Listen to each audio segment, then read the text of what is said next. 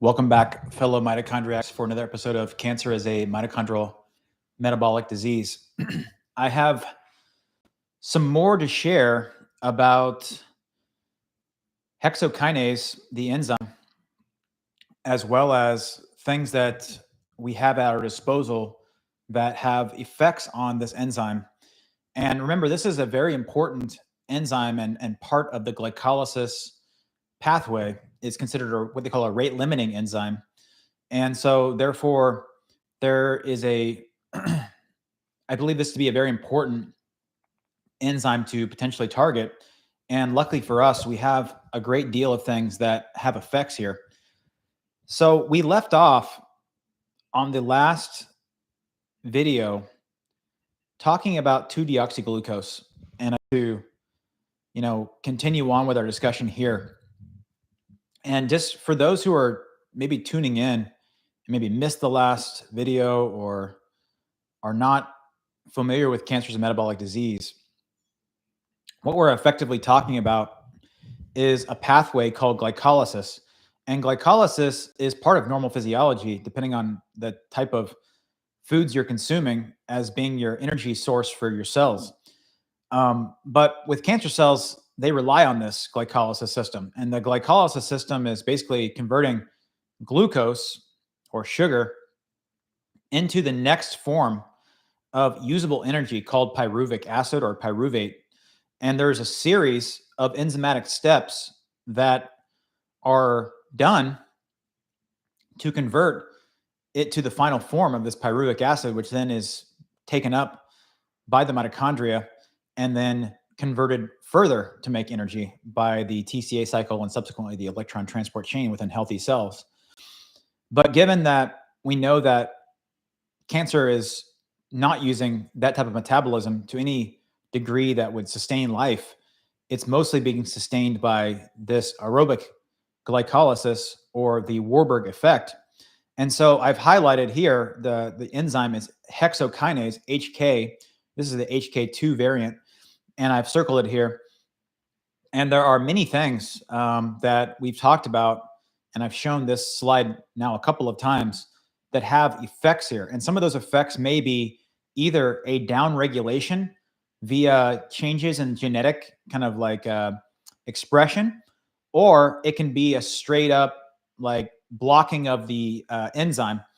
And 2DG is a variant of glucose. Here's glucose with an alcohol here at the 2 position, and 2-deoxyglucose has a hydrogen or a proton here instead of an alcohol or an OH group.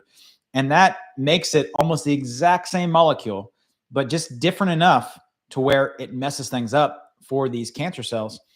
And so we've been talking about its role in cancer, and we were at this paper right here. And it was a paper that was published in 2015, and it was titled Combined Inhibition of Glycolysis, the Pentose Cycle, and Thyrodoxin Metabolism Selectively Increases Cytotoxicity and Oxidative Stress in Human breast and prostate cancer.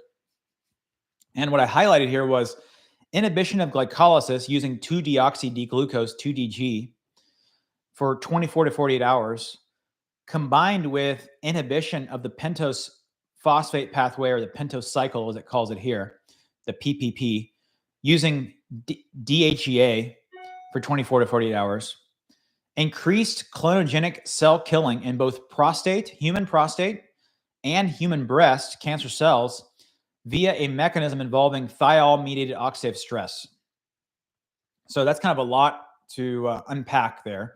So, this slide does do it, but let me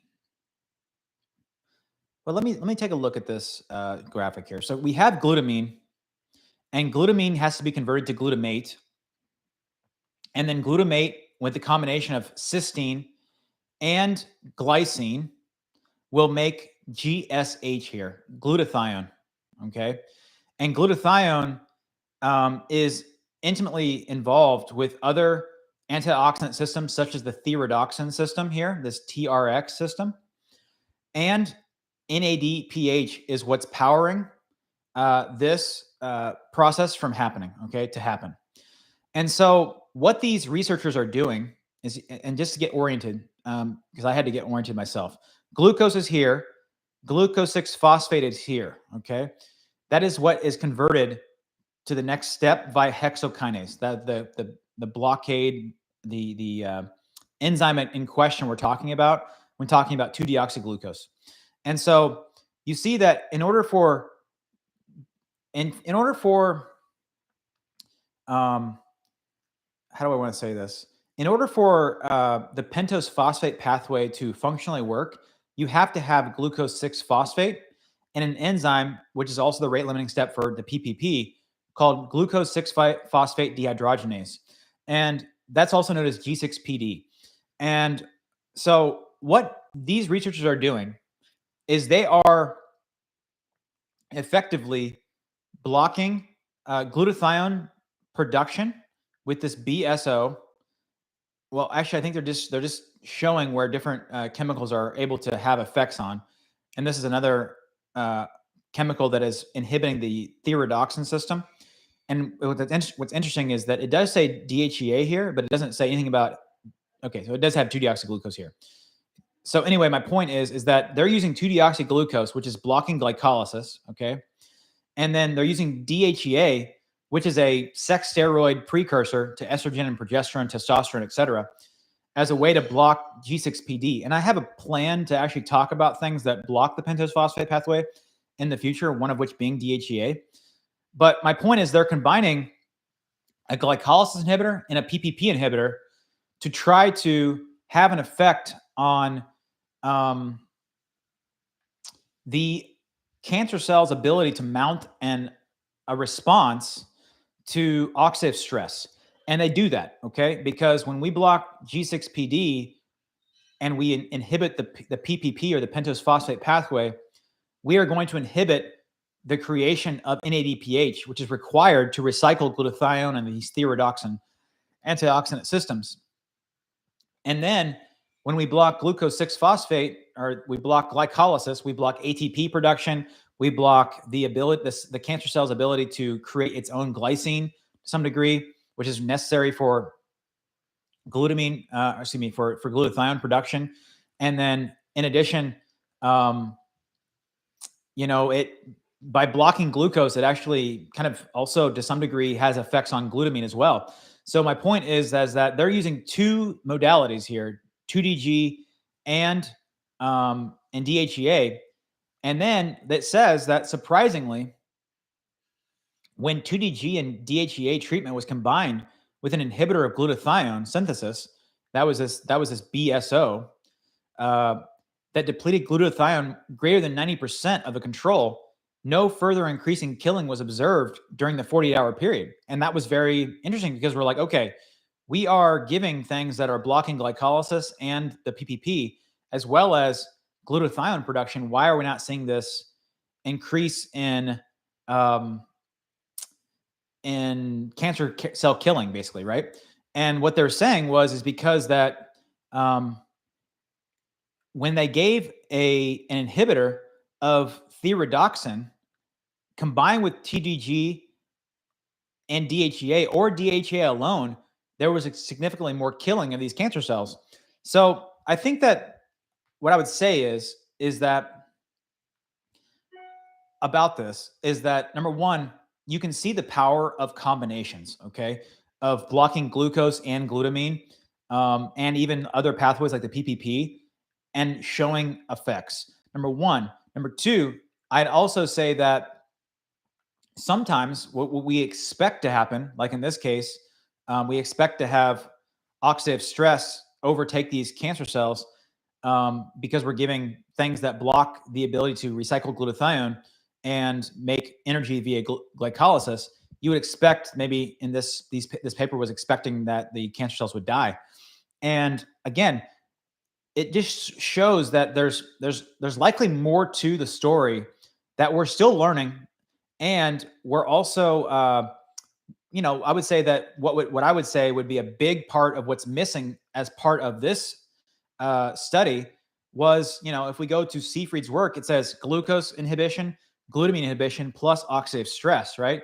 So they're expecting there just to be oxidative stress happening innately, which is possible, but why not add, the hammer, which is the oxidative stressor, whether it be hyperbaric oxygen or IV vitamin C or photodynamic therapy or whatever therapy is used. My point is that 2 of the 3-legged stool is covered here, both in the things that they were surprised by just blocking PPP and glycolysis and glutathione production, and by when you block glycolysis and thyrodoxin or this other antioxidant system.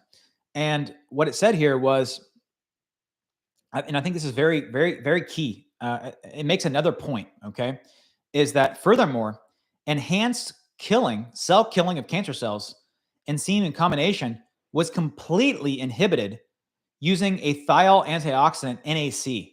Okay, so this is another key point. So NAC, if you look at most of these studies, when they're looking at like ferroptosis, when they're looking at cancer cell oxidative stress killing, they can completely eradicate the effect of the cancer cell killing when they give vitamin A, when they give vitamin E, when they give selenium, when they give vitamin C and low doses, when they give NAC, okay, N-acetylcysteine or glutathione. If they give that, it effectively shuts off the ferroptosis and the cancer cell killing. So my point is that number one, it needs to be a combination. Number two, it needs to be a combination probably that is enhanced even further than what they're describing here. They're missing at least one big part of it, which is adding oxidative stress to the system. And number two, if you give antioxidants like NAC, you will completely abolish whatever work that you're trying to achieve using metabolic therapy. This is another slide from that same paper, but just it's taking this slide that's in kind of like more linear format and blowing it up with colors. And essentially what we have here is we have the thyrodoxin system, okay, that is effectively helping glutathione recycle along with NADPH. And then we have DHEA blocking glucose 6-phosphate dehydrogenase or G6PD. We have 2-DG, which is inhibiting glycolysis. And here you have the ribose 5-phosphate or the pentose cycle, they call it, or the pentose phosphate pathway. And you see a couple of things. You see DHEA, you see 2-DG, and you see this other thyrodoxin blocking chemical, which I'll be very frank with you, I'd never heard of before. But it blocks thyrodoxins, at least in these, these kind of like preclinical studies, and allows basically the internal oxidative stress from cancer cells to be overwhelming and lead to cell death within this cancer model. Do I think that if it was me, would I rely on that alone to finish the job? No, I think I would probably be more in line with what Dr. Seyfried prescribes or at least characterizes in his papers, which is adding in something like HBOT or IV vitamin C as kind of the hammer for this process. But I'll digress. So moving forward, there are only, I'm going to say this like very sadly, only a couple, I think maybe 2 or 3 at most, human trials ever with 2-deoxyglucose, and this is one of them. So this is a phase 1 dose escalation clinical trial using 2-deoxyglucose alone or combined with docetaxel in patients with advanced solid tumors. And as a matter of fact, if you actually look at these studies that I was able to pull, or like this paper pulled, you'll find that this was a reference number 9, clinical trial docetaxel for breast cancer. Docetaxel with, where is it? Lung cancer, but it's still the same reference, right? Number 9, or clinical trial for, I want to think it was renal cell carcinoma, I believe. Where was it? Clinical trial. Anyways, I thought there was 3 different clinical. Okay, yeah, lung cancer. Excuse me. Yeah, lung cancer as well. Again, same reference, number 9, right? Well, I pulled that reference. I'm sorry, this is not the right one. Sorry, this is the right one. So this is the paper. This is the reference number 9 in that paper. And it's called a phase 1 dose escalation trial of 2-deoxyglucose. And so the purpose was to evaluate the treatment and safety, pharmacokinetics, and maximum tolerated dose of the glycolytic inhibitor 2-deoxyglucose in combination with docetaxel in patients with advanced solid tumors. And a modified accelerated titration design was used. 2DG was administered orally daily for 7 days every other week. So this is kind of like a pearl. I would say that, some of these things are meant to be titrated off and on. So 2-deoxyglucose, at least in this paper, they suggest a 7 days on, 7 days off situation. And they started at a very low dose of 2 milligrams per kilogram. And then they got docetaxel IV every third or fourth week, beginning in day 1 of week 2. And then following completion of dose escalation, treated with 2-deoxyglucose for 21 days every 4-week period for 12 cycles. So they got 2-deoxyglucose basically 21 days every 4 weeks for 12 cycles. And so they had 34 patients in the study, 21 on every other week, 6 on 21 of 20. Okay, so there was two different kind of protocols they use. They use either 21 of 28 days on 2DG, or they use every other week. There were no dose limiting toxicities met. And then the most adverse effects were fatigue, sweating, dizziness, nausea, mimicking the hypoglycemic symptoms expected from 2-deoxyglucose administration. Therefore, 63 milligrams per kilogram was selected as the clinically tolerable dose. The most significant adverse effects noted at 63 to 88 milligrams per kilogram were reversible hypoglycemia in 100% of the cases, gastrointestinal bleeding in 6%. That's scary. 6% of the patients at that very high dose had some gastrointestinal bleeding. It did not give, more information whether it was upper or lower and whether it was severe or not. And then reversible grade 3 QTC prolongation in 22% of patients with the very high doses. 11 patients, 32%, had stable disease. 1 patient, which means they had no improvement and no worsening of their disease with these very advanced cancers. 1 patient, 3%, had a partial response, and 66% had progressive disease as their best response. There was no PK interaction with 2DG and docetaxel.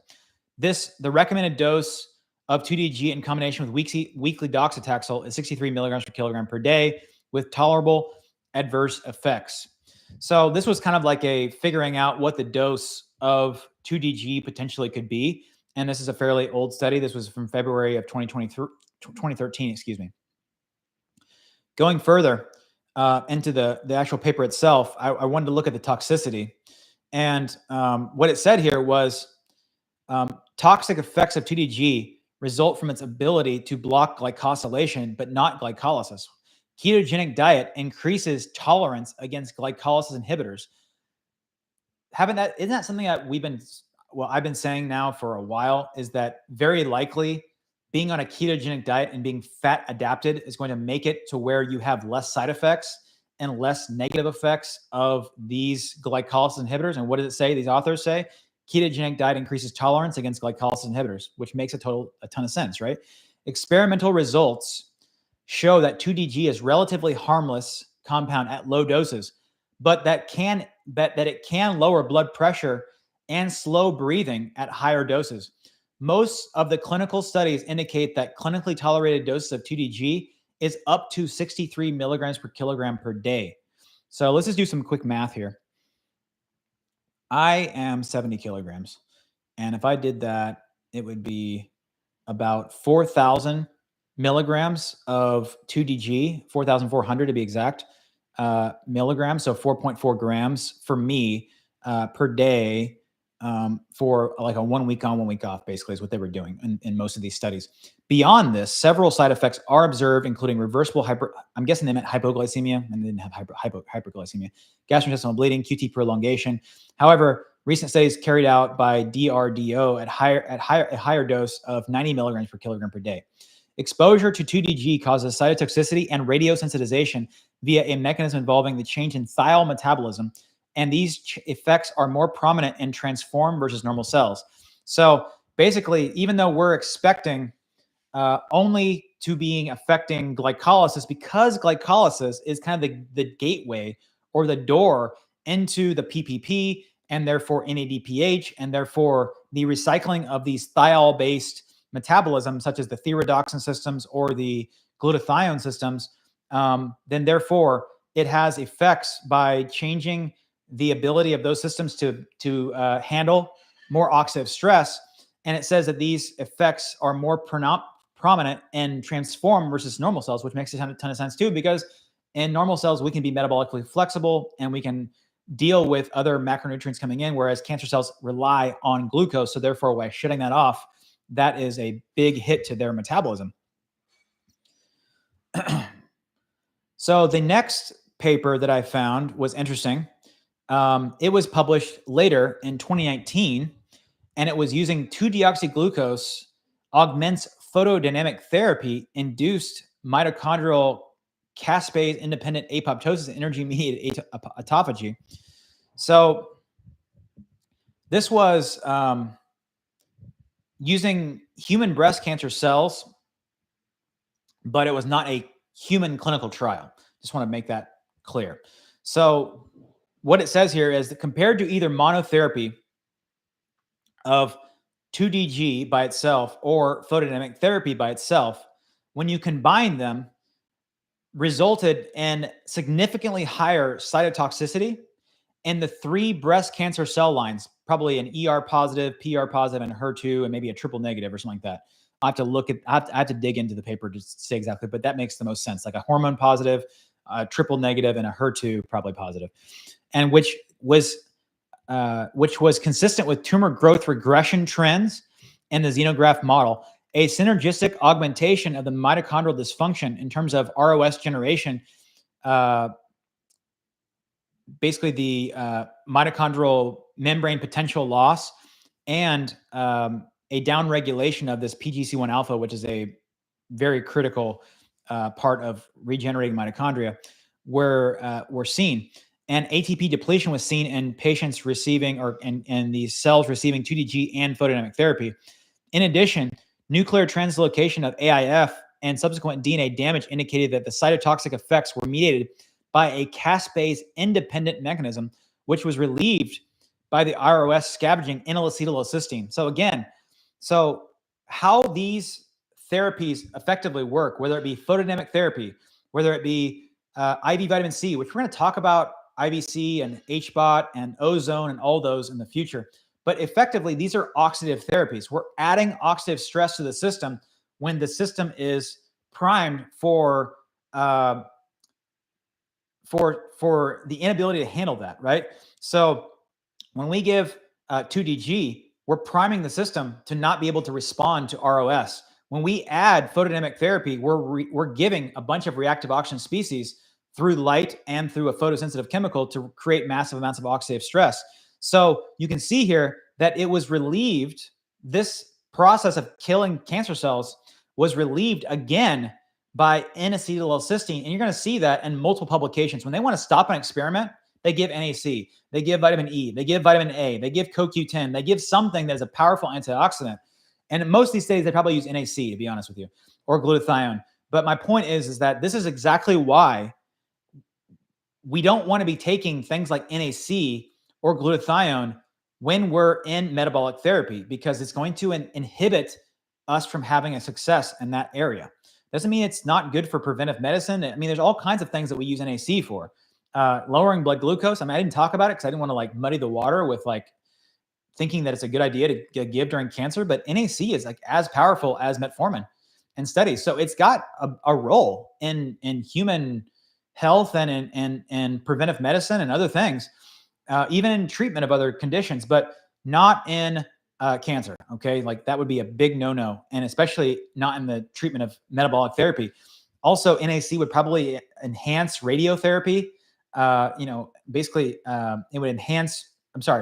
Radio resistance. So resistance to radiation therapy and resistance to chemotherapy probably is going to be enhanced by giving NAC or glutathione. So it's kind of like a big no-no. And it's so sad to see people I'm in contact with, whether it be, educational consults or patients that are on this stuff by their doctors, not knowing that this is probably inhibiting their ability to have success on all they've been trying to do the last, weeks, months, and even sometimes in some cases years. Autophagy via the AMPK was also observed during the 2DG photodynamic therapy, which reversed upon treatment with the autophagy inhibitor 3-methylmaldehyde. So this is just a how do I want to say it? This is just an illustration of the power of understanding the biology, which is why, I know that some of you hate it, that I go into the biochemistry and to the kind of cell biology of how cancer functionally hijacks our system, and how I try to look at the biology, biochemistry, cell biology for looking at the Achilles heels of cancer. But it just, when you understand it from that perspective, things like 2DG plus photodynamic therapy makes a ton of sense. And of course, you'd expect it to have success because you're exploiting those Achilles heels. What's missing from this, let's just be very frank, what's missing from this study is not blocking glutamine. Imagine if they had used 2DG plus DON or Menbendazole or, I don't know, some other glutamine blocker plus photodynamic therapy. It would even be more effective, right? So my point is that even these combination studies, which give us a lot of hope and they confirm our suspicions and our hypotheses, they still don't go far enough in a lot of cases by really hitting all the three-legged stool, the glucose, glutamine, and oxidative stress pieces of this. But it's cool they're doing studies like this. The next paper, interestingly enough, is using 2-deoxyglucose and the glutamine inhibitor V9302, which is I believe it's an offshoot of DON. So just let's look at the graphic first. So we're blocking, glucose, well, I'm not sure if the graphic is extremely accurate, unless I just don't understand the mechanism of action of this V9302. But my point is that you see here that they're blocking glutamine and they're blocking glucose, right? So we have the green little dots or green little, I guess they kind of look like circles. In the 2DG, it could be a hexagon. But my point is 2DG is here, the green. It's blocking, hexokinase, right? And then this glutamine blocker, which I don't know if it says here what it actually does. I have to look at my glutamine slides to see if I remember what pathway it actually blocks. But my point is they're using a glutamine blocker at the same time, okay? And they're looking to see what kind of effects there are, right? And they're like delivering this glutamine blocker with some kind of like nano, something. So some kind of like special carrier molecule to get it to the cancer cells, which is, which allows them to like patent things, of course. And of course, hopefully improve efficacy. I don't want to be all negative about it. But my point is that they're using glucose and glutamine inhibitors. So unique cancer cells metabolism profile denotes a new therapeutic strategy, new, quote unquote. This is in 2020, right? Seyfried's been talking about this at least 10 years before this. New. All right. So V9302 is a recently reported glutamine metabolism inhibitor that shows promising anti-tumor activity. However, its poor water solubility and tumor cells' compensatory metabolic network may limit its potential clinical applications. 2DG, 2-deoxyglucose, is a widely used glycolysis inhibitor, not in clinical medicine. It's widely used maybe in the lab, but I'll digress. However, its clinical application is hindered by low efficacy as a monotherapy. Duh. I mean, none of these things are going to work in a vacuum, remember? So that's how they kind of like get away with like, oh, 2DG is not very good because like they're not using it in combination with anything. So therefore they shelve it or they can't patent it or so they shelve it. Thus, in this study, we developed a redox sensitive 2DG based prodrug polymer as a dual carrier for co-delivery of the glutamine blocker V9302 and 2DG as a combination strategy. The combination showed significantly improved anti-cancer, anti-tumor activity through synergistic targeting of both glucose and glutamine metabolism pathways. More interestingly, the combination itself facilitated inhibition of glutamine metabolism, likely through inhibition of ASCT2 glycosylation. So that's kind of a mouthful, but let me see if I can take a detour. I'm on slide 1025. Let me go back down to that, our glutamine tox.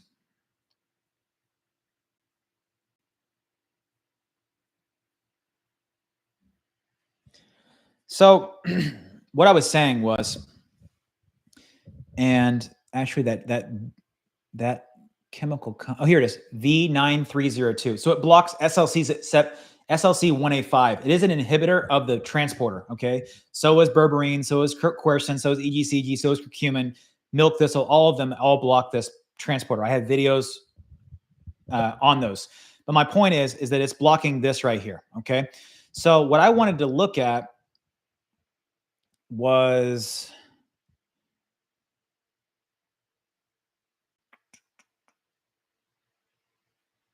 I think it's this one here. So this is, gosh darn it.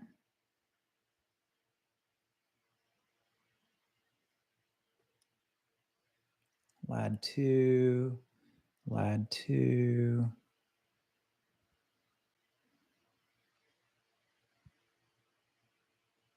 Okay. Well, I'm not immediately finding the answer, so therefore I'm gonna abort mission here, and I'm gonna go back to the slide we were on, so we don't completely get too off of track here. But I wanted to find quickly what that functionally was. So ASCT2 ASCT.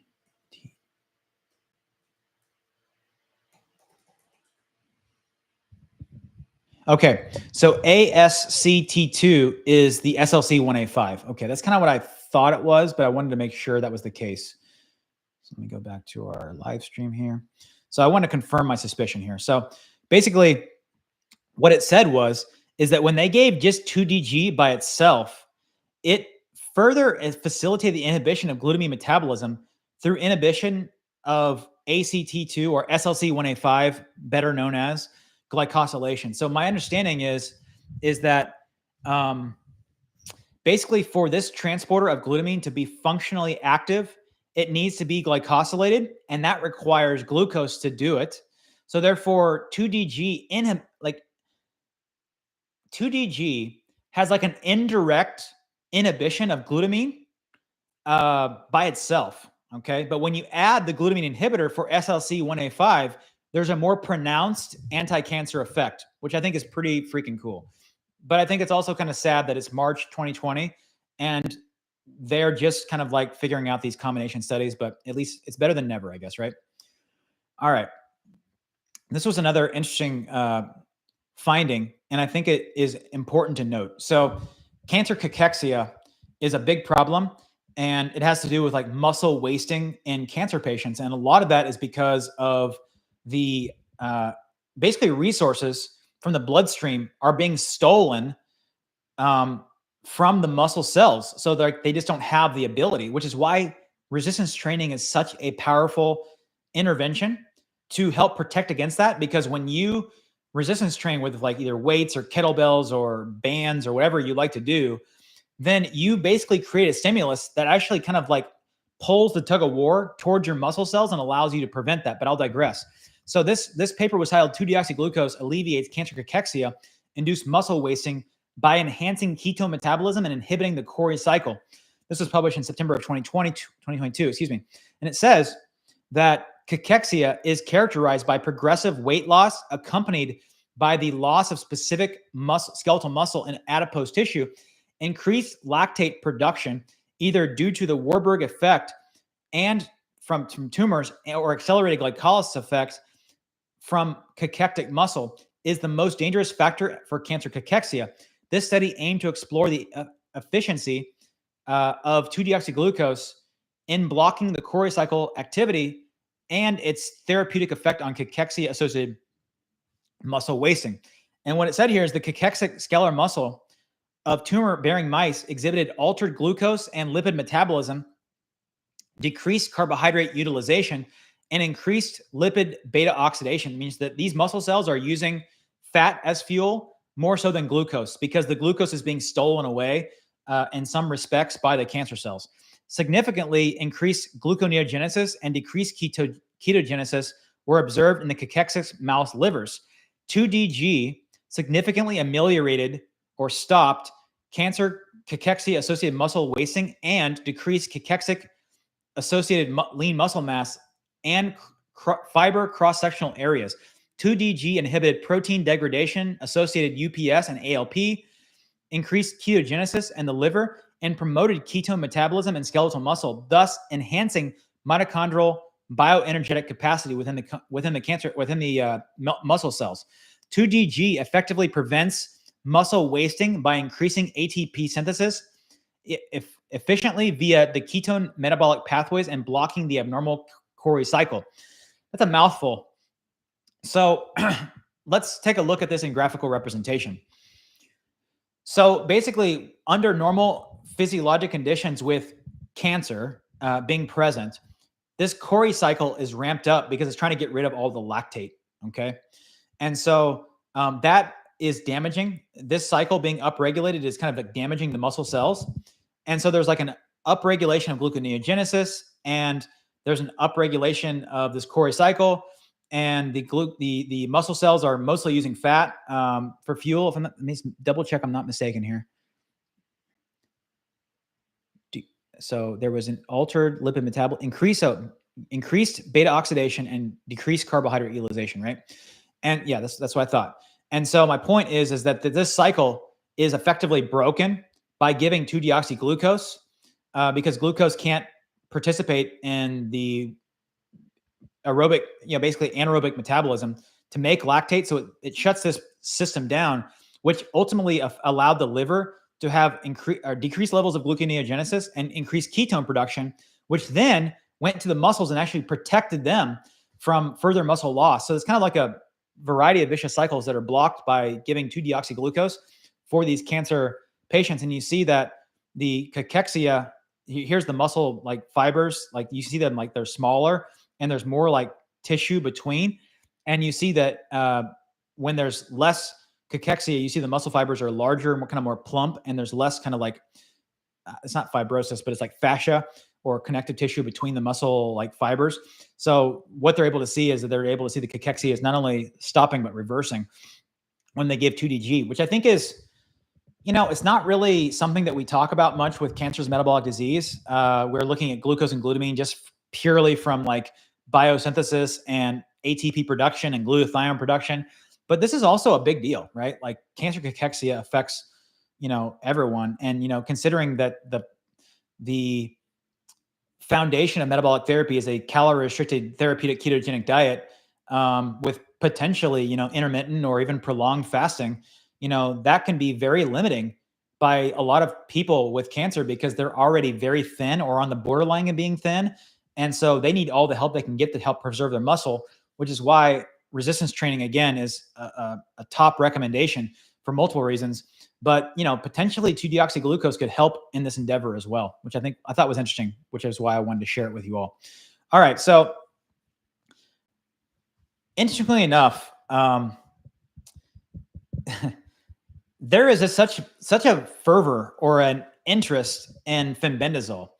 And, even though Menbendazole is effectively the same medication and Menbendazole is effectively probably a better option for people if it's to be used as a repurposed medication, just because I think we have more secure dosing and safety recommendations based off of it, but I'll digress. So this paper I pulled was showing that Fenbendazole has effects on hexokinase. And as you'll see in the next coming slides, probably multiple areas of glycolysis are affected by Fenben, Menben, and all of the, endazole, basically type, anti-helmetic medications. So what it says here is that simultaneously, it caused mitochondrial translocation of p53 and effectively inhibited glucose uptake expression of this GLUT transporter. Now, that's something we talked about in the last episodes when we were talking about the GLUT transporters. So I did talk about menbendazole having an effect on GLUT1 in particular. I think I also added GLUT1 and 2, if I'm not mistaken, for it has an effect on both GLUT1 and GLUT2 transporters, but as well as hexokinase, a key glycolytic enzyme that most cancer cells thrive on, right? And it says, therefore, we examined whether fenbendazole impairs the enzymatic function of hexokinase in cancer cells. An enzymatic assay for hexokinase activity was performed with these non-small cell lung cancer cells with fenbendazole for 24 hours. The results showed reduced hexokinase activity in fenbendazole-treated cells, suggesting that inhibition of hexokinase activity to be a causative factor for reduced glucose uptake in fenbendazole-treated cells, eventually leading to the activation of apoptosis or programmed cell death signals. I think this is also key, okay? So this is a surprising finding for me because, we know that, for example, menbendazole and very likely fenbendazole works on the glutaminolysis pathways. In particular, as I've had a whole video on, it very likely works upon the glutaminase enzyme, the GLS enzyme, the same enzyme that is blocked by DON, okay, and other things we've talked about, betulinic acid and likely berberine as well. But my point is that glutaminase enzyme is key, okay? It's what converts glutamine to glutamate, and that's a very important step. So we already kind of know that menbendazole does it. Therefore, we probably know that pretty much all the benzimidazoles or the fenbendazole or all the other same class of medications probably have a same effect. What I did not know until I read this paper was that succate dehydrogenase is a mitochondrial tribox. Well, I know it's a mitochondrial TCA enzyme. That I knew. What I did not know is that that fenbendazole will basically shut it down as well. So what it says here is that succinate, a TCA cycle metabolite, is accumulated due to succinate dehydrogenase downregulation and provides cancer cells with growth advantages leading to tumor progression. And it says here that these studies show that when they give fenbendazole, it enhanced succinate dehydrogenase activity following this treatment. Now, I know that these researchers are trying to make it seem like it's all good. I don't know if that's necessarily true, okay? The reason why I say that is because, and I'm going to have to find a slide that's going to be able to help us here.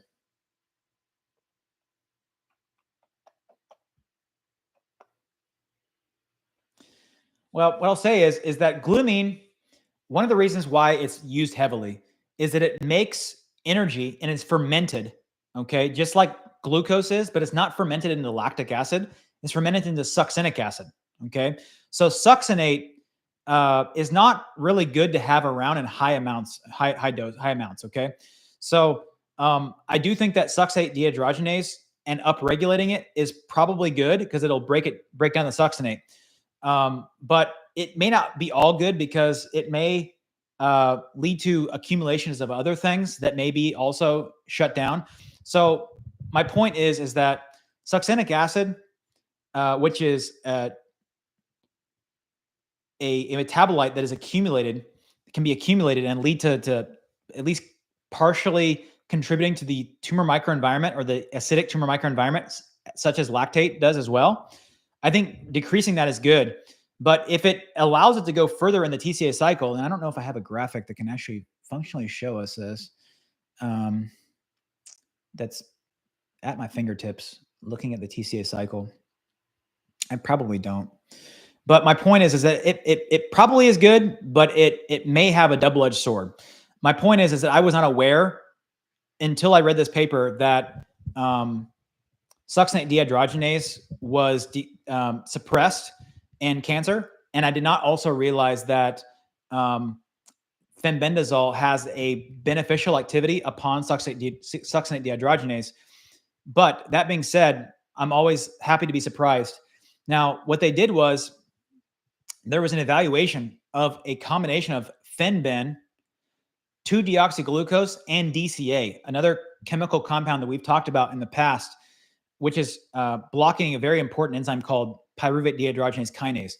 And so what it says is, finally, we evaluated the effect of fenbendazole in combination with microtubule targeting drug, glycolytic inhibitor 2-deoxyglucose, and dichloracate, a pyruvate dehydrogenase kinase inhibitor, which acts by shifting the metabolism towards glucose oxidation over glycolysis.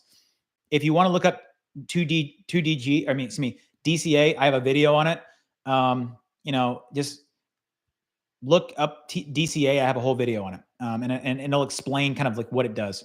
And what it says is that that this CI of less than 1 represents synergism between the CI method. We conclude that fenbendazole shows synergistic effect with DCA, 2DG, and over a range of doses with Taxol. So my point is that it's seemingly that these papers are starting to investigate kind of what Dr. Seyfried is laying down, okay? Like, what happens when we take a glucose inhibitor and we combine it with a glutamine inhibitor, such as fenbendazole?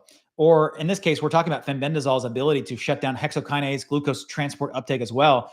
So the cool thing about the fenbendazole or menbendazole or any of these kind of like class of medications is that what I like about them over a DAWN medication, for example, in theory, is that fenbendazole affects glucose uptake and glucose utilization likely at multiple steps, as you'll see in the next slides when I talk about menbendazole. And it has effects on the glutaminase enzyme as well that DAWN does. And I would say that for most people that I've had contact with, they can tolerate Fenben or Menben much easier than they can DAWN. And it's quite a bit cheaper. And it likely is safer long-term use. So therefore, like, I think that it is probably the best first-line glutaminase inhibitor for people, Fenben or Menben. But I can't, make that decision for you. That's going to be a decision to make between you and your integrative oncologist, who has hopefully a clue about metabolic therapy. If they don't, then you need to consult with somebody who does. But my point is that likely these I can never remember the class of medications. This benzimetazoles,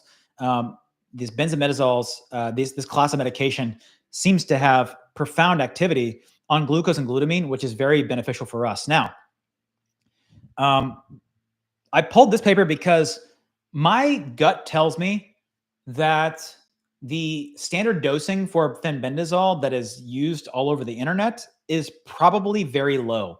The reason I say that is because of the studies that I was able to pull on the menbendazole studies, we're able to go to very, very high doses of menbendazole and see very little side effects or no side effects at all. Usually the side effects being elevated liver-related enzymes, AST and ALT. So my point is that my gut tells me that we can probably go a whole lot higher on fenbendazole, but the problem is we don't know what those upper limits of dosages or even ideal dosage would be. We know what others are using in the alternative space, right? And those may or may not be enough to have the effects we're looking for. And my gut tells me again that it's probably not enough. So anyway, fenbendazole is a benzimidazole antiemetic drug agent commonly used to treat animal parasitic infections.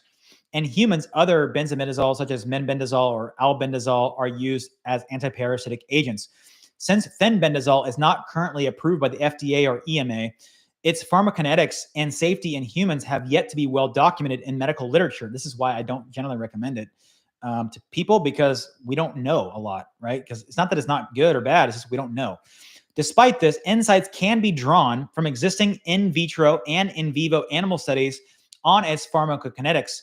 Given the low cost of fenbendazole, its high safety profile, accessibility, and unique anti-proliferative activities, fenbendazole would be the preferred benzimidazole compound to treat cancer. Pretty strong language, right, from this Anti-Cancer Research Journal from September of 2024. So pretty new paper. This review focused on the pharmacokinetics and of orally administered fenbendazole and its promising anti-cancer biologic activity such as inhibition of glycolysis, downregulation of glucose uptake, inducing oxidative stress, and enhancing apoptosis in published experimental studies. Let's not forget about glutamine. They forgot about glutamine as well as glutamine inhibition as well. Safety and toxicity. I pulled this from this paper. So it says here that oxfenbendazole, a major metabolite of fenbendazole, is well tolerated in humans. A randomized, double-blind, placebo-controlled phase 1 study conducted in 70 healthy participants evaluated multiple ascending oral doses of oxfenbendazole, which is, again, this metabolite of fenbendazole once you take it in, from 0.5 to 60 milligrams per kilogram per day. Let's just put that in context. I'm 70 kilograms. 0.5 obviously would be 35, but if I did 60 milligrams per kilogram, that would be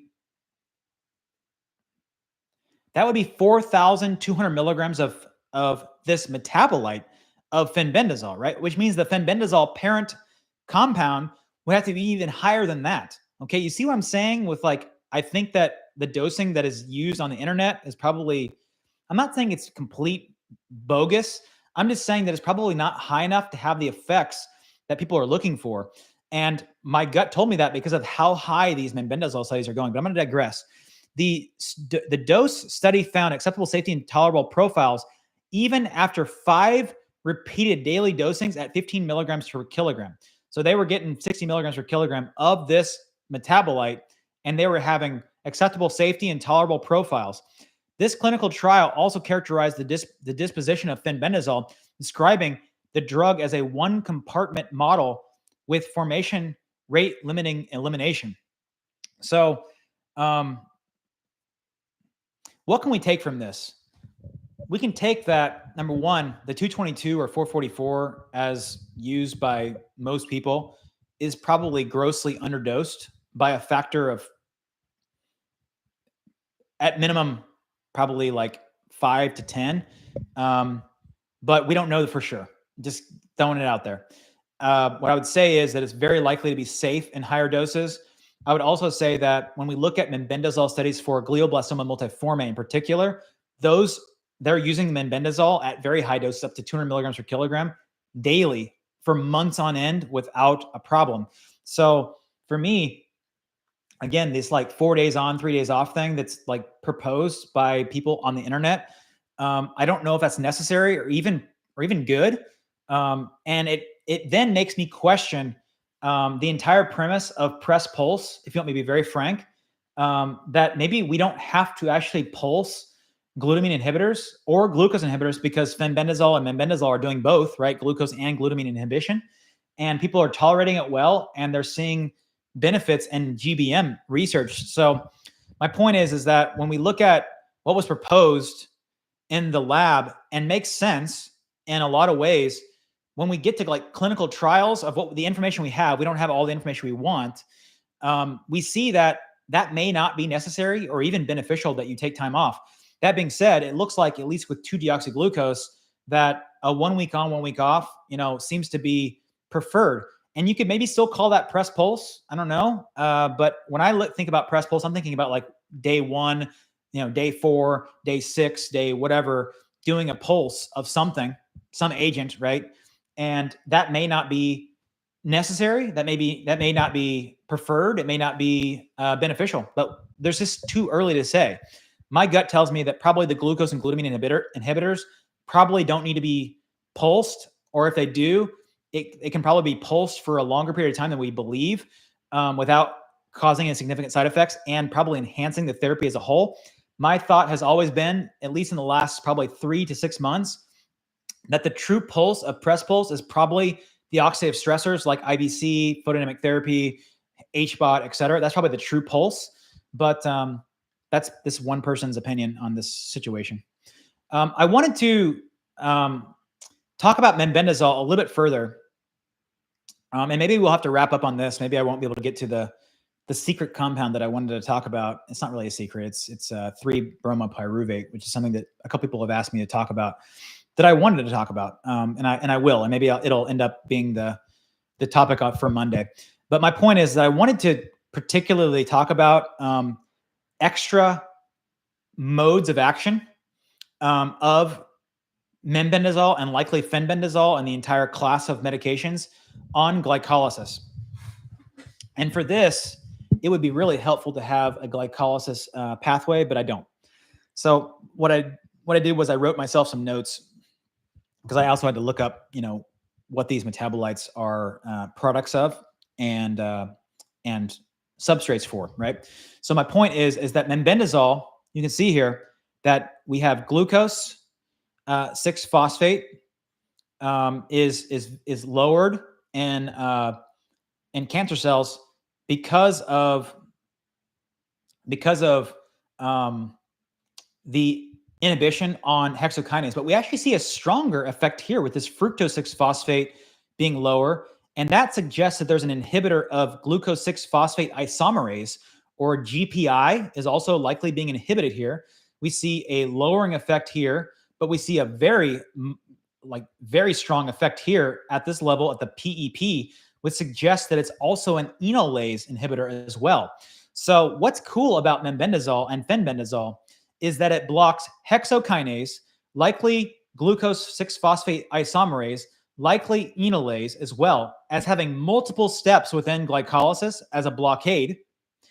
And it also blocks glutaminase, as it also suggests in this paper, which we've covered in the past, the enzyme that Don blocks, which is a glutamine inhibitor as well. So it's almost like Menbendazole, Fenbendazole, like these are kind of like almost like metabolic therapy in a bottle in some ways. Do I believe that they will be effective by themselves? No, not in the way we want them to be, but they will have effects that we do want to enhance by using the foundation of metabolic therapy, the ketogenic diet, as well as these medications. And I just thought this was a very interesting finding that this is actually a C-free paper, believe it or not, that was published. I think it was in 2021. I'm not mistaken, but I don't have the title, the date of the publication. But anyway, my point is that Fenben and Menben are more than just a glutamine blocker. They're more than just a hexokinase blocker. They're more than just a glutamine uptake blocker. They are blocking this pathway at multiple levels and at multiple steps for our benefit. And I just think that was really interesting that I wanted to share that. And with that, I think I probably will stop going through slides because I think the 3-bromide pyruvate would be another, gosh, let's see here. Yeah, another like 20 slides, and I'm clearly not going to get through that today. So we'll make that a next time kind of, how do I want to say it? A next time, topic that we'll talk about the next time. Let's see here. Let me look at some of the, well, I've got a lot of comments. Someone's given 1:42 a.m. Yeah, you are past your bedtime, man. Your circadian rhythm is trashed. These are going to be available, after the fact. So you can watch them later.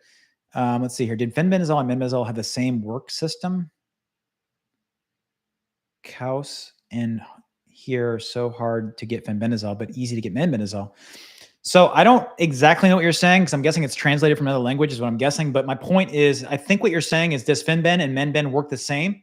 And the answer is very likely because they are effectively the same class of medications. And as you saw in the previous slides, it has effects on glucose. Menbendazole has effects on multiple levels of glucose and glutamine. And so my point is that very likely affects it the same. What do you think about PQQ and CoQ10 if one has breast cancer? I would not touch it with a 10-foot pole. I think I would be basically inhibiting my ability to kill the cancer cells. You're likely helping the cancer cells by giving CoQ10 or PQQ. Doesn't mean it's not good for other things, preventive medicine or other conditions, just not for cancer. Is it effective to cure polycythemia vera? Well, I don't think I would use the word cure in any case because I think that's how you get in trouble and likely in a lot of hot water. But what I would say is that, myelodysplastic syndromes like polycythemia vera or T-cell lymphomas or other things, they all use, to some degree, Warburg metabolism and enhanced glutaminolysis. So my gut tells me that it probably would, but I don't know for a fact. And I haven't really seen a lot of studies on metabolic therapies with polycythemia vera. Be very honest with you, I have not seen that. Doesn't mean it doesn't help. It just means I haven't seen a lot of studies on it, or really any myelodysplastic syndromes or blood dyscrasias or lymphomas, leukemias, et cetera. Doesn't mean they don't pop up every once in a while. It's just they're not ubiquitous like the solid cancers. That's what I'd say about that. Good day. Looking forward to replays. I can't watch it live. Well, I'm sorry you can't watch it live, but it'll be available for replay as long as we don't get shut down. Cancer, Casey, if we're diagnosed with cancer, PET confirmed, what steps would you take, especially if surgery, radiation, chemo wasn't your preference? I think Michael, I think that's unfortunately probably too loaded of a question for me to discuss on here. I think it would have to, I think there'd be so much context to that. I mean, like if I had like a local breast cancer, if I was a woman, like would I get a mastectomy or like a lumpectomy? I probably would do a debulking of some sort. If I had like metastatic cancer, well, they're not going to offer you surgery anyway, right? So forget about that. Would there be a chance that I would use chemo or radiation? Man, I'm not in your shoes, so therefore, like, it's really hard for me to like completely put myself in your shoes. I'm pretty anti that stuff, so I would probably at least give myself a shot with metabolic therapy with everything that I understand and know at this point, and probably seek wise counsel from people who know more than me. And I would probably implement that as a trial first, personally. But some of the chemotherapies and immunotherapies and radiotherapies are enhanced by many of the parts of metabolic therapy, and very likely metabolic therapy when combined in a whole as well. So I have a hard time. Maybe I would look for a place who would do like either low dose or insulin potentiated chemotherapies, so that I could use a lower dose and use it in combination with metabolic therapies. But I don't know, it'd be hard. I mean, there's so many different clinical scenarios, right? Like there's like person A has a localized small ductal carcinoma in situ with no metastatic disease. Another person has metastatic ovarian cancer with peritoneal carcinomatosis and brain mets. That's a completely different scenario, right? And so I don't know if I can answer your question, but if I didn't believe in this, obviously I wouldn't be wasting my time, spending, I don't know, countless hours researching, but also presenting and kind of like trying to advocate for this system. And so therefore, of course, I would do that. The question is, would I do the other things too? I think it would depend on a case by case basis, but it would not be my first thought. And I would be probably in with you. It would not be my preference either, by all means. Hope that helps. I was diagnosed, oh boy, man, I got lost. I was diagnosed stage 4 gastric cancer back in 2012 and experienced cachexia when my rapid weight loss, including muscle waste. Yeah. To combat cachexia, in addition to resistance training, we should also implement it with protein. Man, I tell you what, I don't know the answer to that. I would say that it's kind of a double-edged sword, because if we give protein, first of all, protein. So I'm gonna try to use a very measured response to this. I would say that number one, I'm checking my calories, I'm checking my macros, I'm checking my glucose and my ketones and my glucose ketone index, right? So would I use protein powders in cancer? Probably not, because they are too easily digested and they can have spikes in insulin and glucose and mTOR and all the things that kind of drive, cancer. Would I use protein in my diet as a whole food? Maybe, but only if it's not affecting my glucose ketone index. And I'll tell you that even though protein is important, if you don't have the signal for growth of your muscles, extra protein is not going to probably help maintain muscles very well. It's that signal that you're putting on, the metabolic signal you're putting on your muscles by straining them, by allowing them to, hey, we need these muscles still. We need these proteins to lift weight or move things in space. So therefore, we need to keep these things around. So it's that signal that's critically important, which is why I think resistance training is critical to help prevent against cancer cachexia. And then metabolic therapy as a whole should also help with that, because it's kind of decreasing vicious cycles.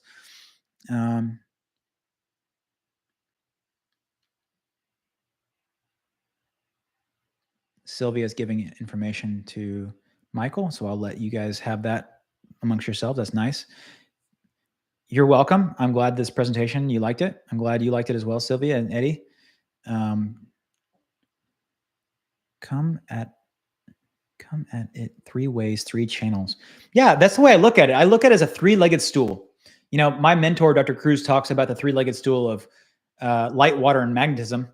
And I stole the underlying phrase of the 3-legged stool, but instead of light water and magnetism, I say glucose, glutamine, and oxidative stress, right? And if you look at Seyfried's basic premise, it's glucose, glutamine, and oxidative stress. And if you only do one of those things, or if you do two of those things, you're not going to have the effect that you would have if you did all three. So, yep. I'm on milk thistle, menben, curcumin, carnivore, but it will only slow it down. Management is the key. You know, as much as, I had a client before I came on here asking me, are we going to get to like no evidence of disease? And of course, I want no evidence of disease for everybody on this live stream, everybody who sees this video, who I consult with, anybody I see at the hospital. I want no evidence of disease. But if the cancer is stable and not growing and not, metastasizing and not leading to organ dysfunction, then that would be a win, right? It just is not the win that a lot of us really want, but we have to step back and say that would be a win. What about NAC? Yeah, NAC, I talked about it throughout this video. I talked about it in other videos. It's just not a good idea with metabolic therapy. I've been well augmented. Yeah, I can't tell you what to do, but I would not be on any NAC. How many milligrams per kilogram of Fenben and Menben is optimal? We don't know. Menben, it seems that we do know more. Like it's probably 25 to 200 milligrams per kilogram per day for Menbendazole based off the glioblastoma studies that I've seen and other studies that I've seen. I think that probably 50 to 200 is better than 25. Never alone, definitely with a ketogenic diet and other things as well. Fenben, we don't know. Obviously we know what I showed in this paper showing that it's safe up to 60 milligrams per kilogram per day at minimum, which means that we're talking for me as a 70 kilogram person at 4,400 milligrams per day. Is that necessary or good or what's needed? We don't know, but it's probably going to be a lot more than 222 or 444. I can tell you. It probably needs to be more than that, but I don't know. That paper was published in September of 2024, which is pretty darn recent, right? And that's the best we had at that time on Fenben. And it was, better than what we've had in the past. I think we can make better decisions based off that paper, but still we need a lot more information. Someone said 10 milligrams per kilogram, maybe. I have colorectal cancer, non-metastatic, but non-operable. Sorry to hear that. Heaven forbid you get shut down. Where can we find you elsewhere? I mean, it depends on what the level of shutdown would be, right? Hopefully not shut down in like an extreme way. How about local tumor heat ablation? I think it depends a lot on the tumor, where it's located at, and how you deliver the heat. I think it could be helpful. Turkey, there is a place in Turkey. Yeah, it's called chemothermia. They call it chemothermia because they're using hyperthermia plus chemotherapy. And my understanding is they use metabolic therapy as well. And I have a goal of getting out there and meeting with the people out there and learning from them and what they're doing, because I think they have really unbelievable success. In fact, that's the people that Seyfried's always talking about in his podcast, that he sent that lady who had like metastatic breast cancer and she failed everything else, and they sent her out there and she was like in an ICU for a period of time and then was able to basically be like either stable disease or no evidence of disease. I can't remember exactly what the outcome was, but it was like unbelievable. Stage 4 breast cancer here, was living very healthy lifestyle when I got sick, did a lot of cardio, weight training, ate pretty good, organic, stayed away from sugar and seed oils, etc. Sorry to hear that, Susan. Something happened though. I mean, we have to be like sober minded there. Like something happened. It didn't happen in a vacuum. It's not random. So something that you weren't counting on as being a driver of this is in your environment likely, and it needs to be investigated for sure to remove that driver, is what I would say. That's my goal. That's actually that's the way I see a doctor's use being, is helping the patient understand where the drivers of the disease are actually happening and helping them systematically removing them in addition to treatment. The science is solid. I'm loving your channel. I'm glad. Yeah, I try to focus on the science because when we're talking about like alternative medicine in general, you better have some kind of like scientific background, or else like you're going to get called all kinds of names, and you're not going to be able to back up claims, right? Not claims, but back up what we're talking about. And it's just better to stick close to the literature we have published, even though it's imperfect and it's incomplete and it's not, ideal, but it's what we got, right? And that's probably the best place to start. Does any known issues with taking ivermectin, Fenben, Menben, and black seed oil that have been synergistic effect problems such as encephalopathy.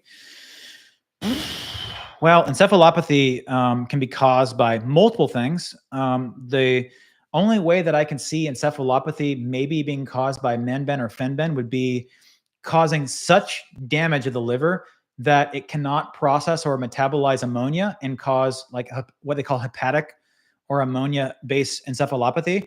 But that's even a stretch because it doesn't seem like many people have really significant liver-related toxicities secondary to Menbendazole, even at very high doses. So I don't know what would be causing the encephalopathy in that case. I don't. I have not had a video on ivermectin. I will at one point. There's no need to combine Fenben and Menben at all. As a matter of fact, that would be superfluous and not necessary. And black seed oil, I have not studied enough of it to know exactly how it may fit into cancer's and metabolic disease. I know it's popped up on my radar sometime recently. In fact, it was one of the chemicals inside black seed oil, but I cannot remember what it did. So it'll pop up again, I'm sure, but I have not seen that popping up multiple times. And it's not like quercetin or EGCG or curcumin or resveratrol or sulforaphane or artemisinin, or are those like things that you keep seeing over and over and over again, depending on what type of like pathways I'm looking at. Those things pop up all over the place in the literature.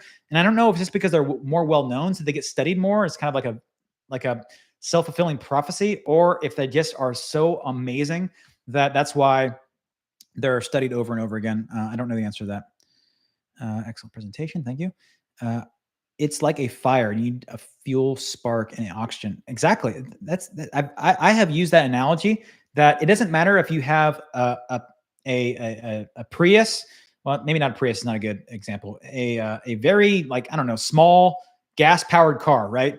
Or if you have a Ferrari or a Lambo, right? Like if you have both engines are much different, right? So breast cancer or prostate cancer or liver cancer or GBM or whatever, right? They're different engines, but they both require oxygen and they both require gasoline, right? If you don't have those things, those engines don't work no matter how amazing the engine is or how crappy the engine is. So it's the same with cancer, right? If you don't have glucose and glutamine, it ain't gonna go. So yeah, it's true. It's very much like a fuel, spark, and oxygen fire. Yep, that's right.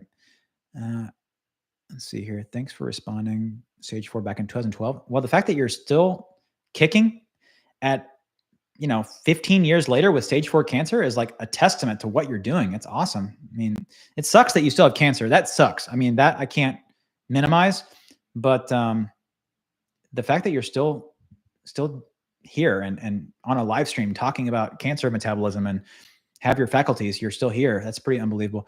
Doesn't resistance training also increase insulin response? So it doesn't increase insulin response, but it will increase insulin sensitivity post-exercise, which means that the muscle cells are able to bring in glucose much easier than they were before. That I will say. But still got cancer. I'm also trying to figure out what to do to fight cachexia. I'm doing as much exercise as possible to fight that.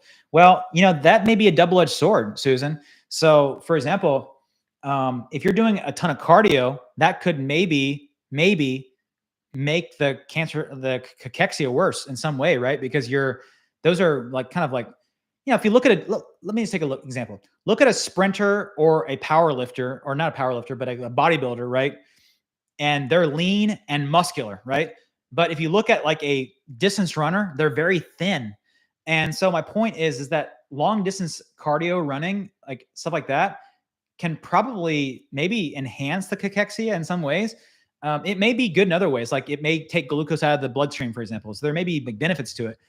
But my point is that it may not be as good as you think. So maybe like focusing specifically on resistance training or even high intensity interval training may be a better way. And I'm not an exercise physiologist and I don't propose to be, but I know enough to be dangerous, I guess.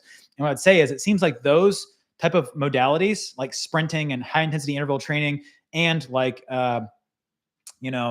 weightlifting, like kind of like bodybuilding type weightlifting from either weights or kettlebells or cables or bands. I use bands. I love bands. Those kind of resistance training can help maintain muscle mass. And I think that would probably be a better strategy. But again, these are like, this is me speculating based off what I know. And there some other person may be a better source of information for that. But I think that makes sense to me, at least. I'll set her for stasis. Yeah, I get it. I get it. Thanks for responding, by the way. Okay, I already responded to that. I'm guessing NAC is bad because of glutathione it produces. Absolutely. It recycles glutathione and it makes glutathione. So yeah, that's why it's bad. And I don't want to demonize it like it's all bad. It's just bad within cancer, and cancer is metabolic disease. You're welcome, mate. All right, I think I'm getting to the bottom of these comments. I'm trying to get them through this. Great place to check testimonials. I cannot afford, but I can afford the vitamin D and Menbendazole. Thank you. Man, when everybody somebody comments, it like resets my. I'm not discouraging from commenting. It's just that whenever you comment, it resets my little like sliding thing here, and I lose where I was reading a lot of papers. But you actually, I was reading a lot of papers, med papers, but you actually know what they mean. I know what they mean, but I don't know everything what they mean. You know, they can speak over my head too. You know, they're PhDs. They have like specific expertise in certain areas, and I have to pick out what I understand and kind of the gestalt, and then I can hopefully transmit that well to you. Ivermectin and Menbendazole for sure. Yeah, I don't know about ivermectin. I think it could be helpful, and I think they're studying it, and I would love to study it more, but I'm not sold on it like I am on Menbendazole. Menbendazole, I'm pretty bullish on. Which is better to settle with, Fenben or Menben? I think it depends on the context. It's going to be a clinical decision between you and your doctor. Be very frank with you. What I'll say is like a general gestalt. If I have any CNS involvement, like central nervous system, brain and or nervous system and the spine, and I mean the spinal canal. I mean, like if you have like, I'm blanking on the word, but it's like carcinomatosis within the spinal canal. I can't think of the word off the top of my head right now, but if you have any CNS involvement, Menbendazole is a clear winner because we know for a fact that Menbendazole can cross the blood-brain barrier. Fenbendazole likely does, but we don't know for a fact. So therefore, that's the easy one. And I think that I generally prefer Menbendazole just because Menbendazole is a human medication and we can understand the dosing better. Whereas Fenbendazole, we're kind of guessing and we're still trying to figure it out. Did you look at DMSO? I know what it is. I think it's kind of like recommended as like a panacea, and I need to study it more. I'll be very honest with you. Is creatine monohydrate just safe to take? I think that I don't know the answer to that for creatine monohydrate.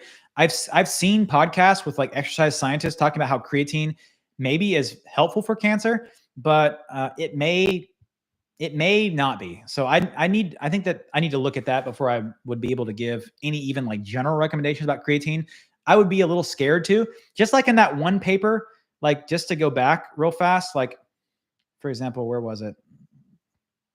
It was this paper here. This paper here, when they were giving DHEA to people with breast cancer, I was like, I don't know, man. Like, do I want to be giving a sex steroid precursor to people with hormone sensitive cancers like breast cancer and prostate cancer? I don't know. You know what I mean? Like, I get that it blocks glucose-6-phosphate dehydrogenase, but I don't know. Like, I'd be pretty nervous about that, you know, even though in theory it may work, or in practice it may work. I just don't know. Yeah, same with MSM is a sulfur-containing compound, so therefore I would probably think it's probably a no-no, similar to that of NAC, but I don't know that for a fact, so therefore I don't know. 1 mile a day is really good. Okay, this person says they've been. Wait a minute, I'm getting lost in the comments. Give me 1 second. Man, I've missed a lot of comments. Okay, DMSO, blah blah blah, more soluble in water, blah blah. So you're good. It's Good Friday. Yeah, happy Good Friday, everybody. It's Good Friday today. You're right. Yes, I'm into this. Fascinating. I got a pull-up bar to start with. Once you do, yeah, pull-ups are excellent. Excellent. The compound exercise, right? 2 years of chemo, 10 years of immunotherapy. Wow. You know that metabolic therapy will enhance immunotherapy as well, and so will likely. I did a video just recently on sodium bicarbonate therapy having an effect on alkalizing the urine, but what's effectively doing is it's also alkalizing the tumor microenvironment, which allows the immune system to turn on. And so therefore, I think that it probably would also enhance immunotherapy, but many of these things enhance immunotherapy. I'm walking a mile a day. Yep, that's good. Walking a mile a day. I mean, I don't know how much that is in steps, but I use a step counter personally and I try to get 10,000 per day, which is about 100 minutes. But I'm not sure exactly how much a mile would be. Probably only like about 15 or 20 minutes, I would guess. Trying to drop glutamine levels, you're trying to drop glutamine levels, I'm guessing raise your blood sugar. So you really can't effectively, drop glutamine levels because it's a non-essential amino acid. Your body will make it on its own. But I wouldn't want to be giving glutamine supplements, so I wouldn't want to be on a super high protein diet, for example. That I would not want to do, I don't think. why give it a chance to help it, right? And then it's more about dropping glutamine uptake within cancer cells and glutamine utilization within cancer cells. Been using Fenben at 50 milligrams per kilogram, 5 days a week, no issues, blood work, lots of other compounds, has helped with GBM. That's freaking awesome. A health guide for you. Then, so let me just do a quick test here. 50 times 70 for me would be about 3,500 milligrams. That's interesting. And you've had no problem basically. And you're saying it's been helping you with GBM, which kind of goes to show that probably Fenbendazole crossed the blood-brain barrier because this person has obviously a CNS cancer. So therefore it probably is helpful, but we don't know. 1 mile a day is really good, blah, blah. Let's see here. However, I've been on treatments over. Sorry, there's like a bunch of comments all at once and they're like going fast. DMSO is also the same as MSM. Yeah, I think I would probably be a little hawkish, or not hawkish, or like bearish on DMSO and MSM, just because I know that they're sulfur-containing molecules and they may help recycle glutathione. So I'm a little nervous about that, but I'd like to study it better. I have papers, LOL. Thank you, Doc. You're welcome. The med paper is called Ivermectin, a new application of inhibiting colorectal cancer cell growth. Yeah, I'm not saying they don't have any effect on cancer. I'm just saying that I don't know if it dovetails into cancers and metabolic disease. That's what I don't know. I have actually already done videos on ketogenic diet. You have to go back probably till last. Yeah, I have videos on ketogenic diets and glucose ketone index and all that. So that's already done. Happy Good Friday. I get it. This is a good dose. Mercola had a RT-kel. I don't know what RT-kel is over DMSO. I'm not saying it's harmful. I'm just saying that like a lot of things that we think are good, like, CoQ10 or vitamin A or vitamin E or selenium or NAC or PQQ, those things, they are likely good for preventive medicine and maybe even for the treatment of other conditions. But for cancer and metabolic therapy for cancer, it's probably going to be shooting yourself in the foot, or even maybe even more mortal wound than in the foot. It may be like shooting yourself in the chest. And I don't think that's a good idea. So I don't think I would go there. Can't buy 2DG. You can, it's just expensive and it's, yeah, you can. That's my goal. I want to help as many people as I can. I was taking NAC and vitamin D for a year in carnivore. Was told it was aggressive a year ago and was shocked that I haven't seen me for a year. I was busy living it up. Good for you. If you get rid of the NAC, you're probably going to have a better outcome. But I'm not God. I don't know all things, obviously, but I think so. By the way, I've been watching Dr. Jack Kruse for the last 36 hours. There's a lot to get. Number one for me is to get back to nature. I agree fully. I mean, that's one thing that's never talked about in metabolic therapy. And when I do my courses on metabolic therapy and implementing metabolic therapy, it's a little bit of Dr. Kruse, and it's actually a lot of it Dr. Kruse, and it's a lot of Dr. Seyfried and other things that is not talked about by either of them. Because, I think that there are a lot of things out there that are not talked about, or are talked about in a vacuum, but they may not be effective in a vacuum, but they would be a nice enhancement to metabolic therapy. All right, guys, we went 1 hour and 23 minutes, which may be a record for me for a live stream, and I've got to get back to work. So it was nice meeting with you all. I hope that you like this video on 2DG, wrapping it up, the Fenbendazole and Menbendazole, excuse me, as well as our Q&A. If you like videos like this, please like them. If you have anybody in your life who could be helped by these videos, please share it with them. If you have not subscribed to our channel, it would be helpful so you can be aware of when we're doing these live streams. To be, a subscriber doesn't cost a thing. And until next time.